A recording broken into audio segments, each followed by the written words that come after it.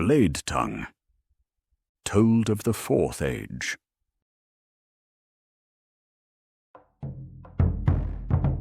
Of the Eldark world will you hear, of famous bronze and unearthly fire, how it was that a few companions went up against lawless breeds and creeping peril, delivering all the lands from desolation.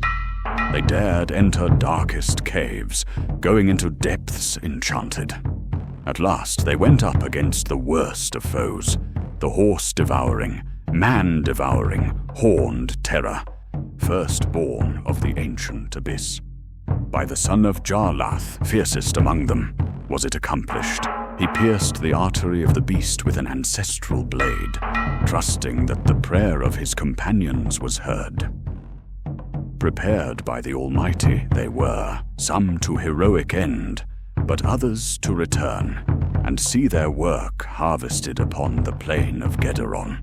That day the great armies stood opposed, so witnessed they the hour of the Bane Lord's doom.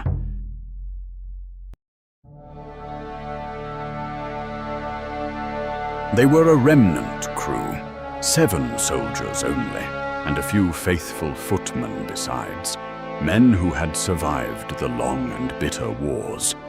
They were sons by adoption of Ulthor, the land of the White Shores, and had marched in the campaigns during the Wars of the Spear through many weary years.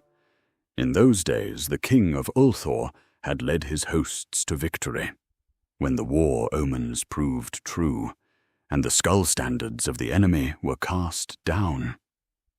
Yet these companions were not there at the final hour. They had endured the marching, the hunger, and the peril, but not the glory. The great deed was done without them, and the praise of it passed to other men. So the wars came to their end, and with them the long labors of the soldier's life. Yet little reward was given, no great treasure, nor any share in honors or gleaming gold that ease a man's burdens, nor did any foreign lord seek out their service. And worse still, in the days of peace, there arose a quiet rivalry among the ranks, as men contended for remembrance. Rumor took wing, and came at last to the ears of the court, that this company had spoken boldly, whether in jest or under wine, claiming that greater honors were due them. The Grand Duchess of Irbath, hearing this, spoke from her high seat. "No more shall these men be welcome in my father's halls, to dine of his bounty and drink of his shining wine. Was it not enough that he redeemed them from chains, paying dear ransom to the dire, that infernal master? Where would they now be, had he not delivered them?" "Laboring in some mine, no doubt," said Rollo, her counselor, "beneath the grim towers of Zabul, that dreadful stronghold in the mountains. Why are they not content to serve as guards or yeomen? Instead, they vaunt themselves as heroical, and crave high honors, as though it were they who drove back the troll horde. And now comes word of them. They would bind themselves by oath, and claim release from the service owed. Yet are they not marked by custom for such labor? Let them no longer exalt themselves among us, my lady. They must taste some measure of correction. I pray you, let them know their trespass." She rose from her seat, her voice clear as a bell and unyielding. "If they find no honor in life here, then let them seek it upon the sea, chasing easy coin and the plunder of forgotten kings. From such ventures we shall not hinder them. Let them pass beyond our coasts into the unguarded outlands, and return not until they have increased the sway of righteousness in the realm. Soon enough they will regret their pride and beg forgiveness, but no word of welcome shall restore them, until they bring back some sign of their labor and repentance, the head of a dragon, or the crown of a wicked warlord. Then Rollo, fearing that her judgment might prove too severe, and that unrest might follow in the realm, spoke again. "It is true, my lady.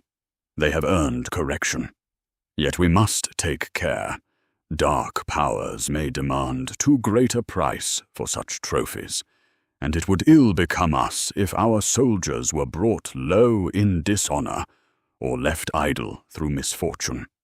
Let not the rod fall too heavily upon them." "Then we shall grant them some aid," she said. "A learned physician shall be appointed to tend them when they return." "If they return, my lady, might not a field physician attend them on the journey? On so uncertain a venture, shall we risk such?"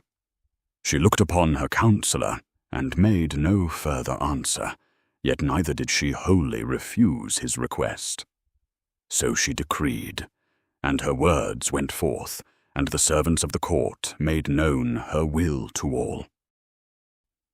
Now would the remnant crew learn the cost of talk vaunted aloud so vainly.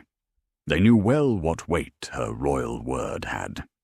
Yet being deeply perplexed, they made no ready preparation to sail, but sat long in doubt and disputing. "Go where?" they would ask each other. "Impossible, Duchess. She commands we quest, win glory for the crown.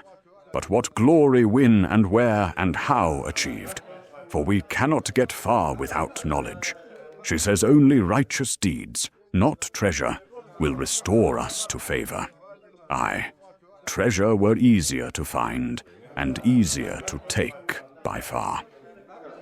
There was then a young noble, Phaethar by name, the son of a gentleman, who heard of the plight of these veterans, and he was young, not yet with his first beard. And as young men be restless with tales of ancient treasure, and of grisly guardians ever stirring in their thought, so came he boldly unto the soldiers.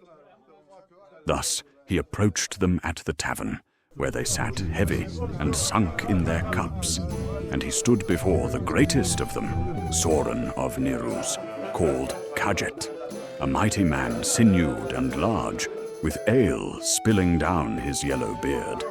And when he looked up and beheld the lad, he frowned upon him, saying, "Have you somewhat to speak, boy? Then begone. We have naught in common with you, nor with your sort. Our talk is too coarse for the delicate ears of a beardless lording." But Phaethar took not heed of such insult, nor of the scorn of the others, defying the dismissal. "Mind your manners, Soren," he says. "Hearken ye all. Ye lack battle work, and all say that idleness has foully undone you men. Reckon then your unhappy state. If you devise no plan, if you take no road quickly, ye shall be removed in disgrace. And shall you dishonor all your kin, so then some lord must step forth to fund an expedition." "Who then? You? We veterans, to work under you. Was that your father's idea? Phaethar, brazen. Away with you. This company will unravel its own knots in due time." "Knots, say ye? Already have you proved less wit in loosening them. You will need more than words to thrust me out. Unlike you, I never lost honor, because I never enjoyed it. That is truth. I have done nothing tall, nay, not yet in life. Yet in my own esteem I strive and dream against that repute. Shall I set myself against each of you and win honor? Then see, I may yet win some renown here, in this very town." "What? Who are you? A pampered sprout with lofty dreams. You will not win martial glory by us. Get back to your mother, boy." Aye, dreams I have turned into plans, many plans. No, I have not fought Horgoth, nor borne any knightly badge, but gold I do have, shiny pieces enough. Of mighty Ulthor custom has it that the young nobles should go abroad, gamble everything away on adventure, or misadventure, of course. 'Tis an excuse to take a foolish risk myself, or else, in a worthy way, to furnish some occasion for dying in battle. You know not dying nor battle, said Urius. Ever sighted the groaning field of the slain, or just with lovers lain? Yet though they laugh more, Phaethar laid down 2 golden crisettes on the board before them.